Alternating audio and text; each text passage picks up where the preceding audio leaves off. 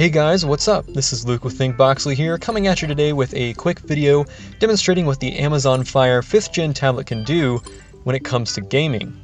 Now admittedly, I went into this not really expecting much. It's a $50 tablet after all, with not really very impressive specs on paper. But real-world performance is actually quite good, surprisingly so really. Part of this is due of course to the fairly low-resolution screen. I mean, it just doesn't take that much to push 600p.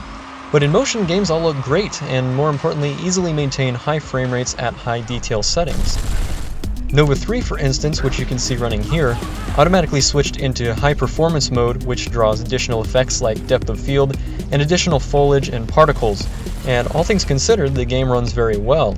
Obviously this game has been out for a few years now, but it's still a good benchmark on Android devices, mostly due to how inefficient it is. This was originally an iOS port, and to be honest, you have to have pretty disproportionately more powerful Android hardware to match iOS performance.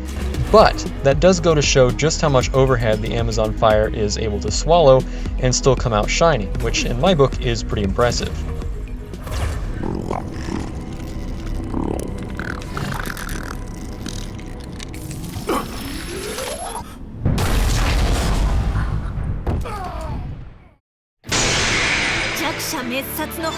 It's a similar story with Chaos Rings 3, one of my personal favorite games on Android, which is also relatively demanding as well.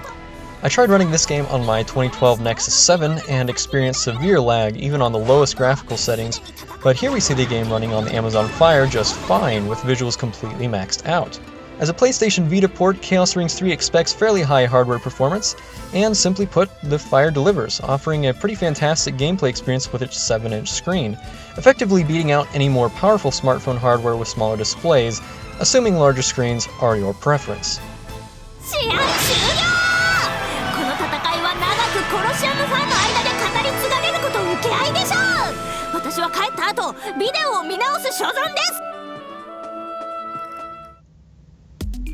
And as you'd expect, these results continue into 3D Mark as well. While benchmark scores in the Fire are nothing to brag about, they're certainly nothing to be ashamed of either. In general, you'll see it hovering somewhere around the performance of a 2013 Nexus 7, which is still a decent tablet, and sells new for 3 times the price of the Amazon Fire. In fact, when it gets right down to it, that's what makes the Amazon Fire so impressive at all. It's not so much about what you get, but what you get for a mere $50. Well, it does have to make compromises to reach that price point. For the most part, it makes the right ones. The screen is a bit of a downer, but as I said, in gaming you really don't notice it very much, and it's still higher resolution than either the PlayStation Vita or Nintendo 3DS. So all in all, Amazon has really made a respectable Android gaming device, even though it really isn't designed as one.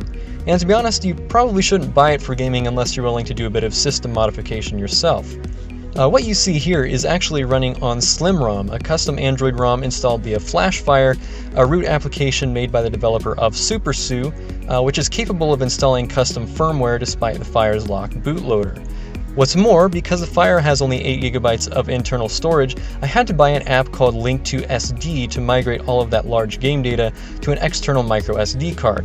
Otherwise, this video would not have been possible without uninstalling each app before demonstrating the next.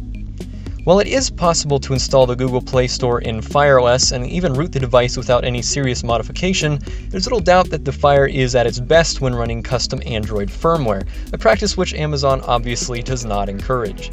However, it's still nice to see what sort of mileage is possible with a $50 tablet. Overall, I'm nothing short of impressed at how well the Fire keeps up with its much more expensive competition, and I look forward to seeing where Amazon takes its low-budget tablet lineup in the future. Anyway, thanks for watching. Be sure to like and subscribe if you did enjoy this video. As always, stay tuned to thinkboxly.com as well. Some very exciting things will be happening throughout 2016. I hope to see you there. As always, this has been Luke with ThinkBoxly, and I'll see you guys in the next video. Take care.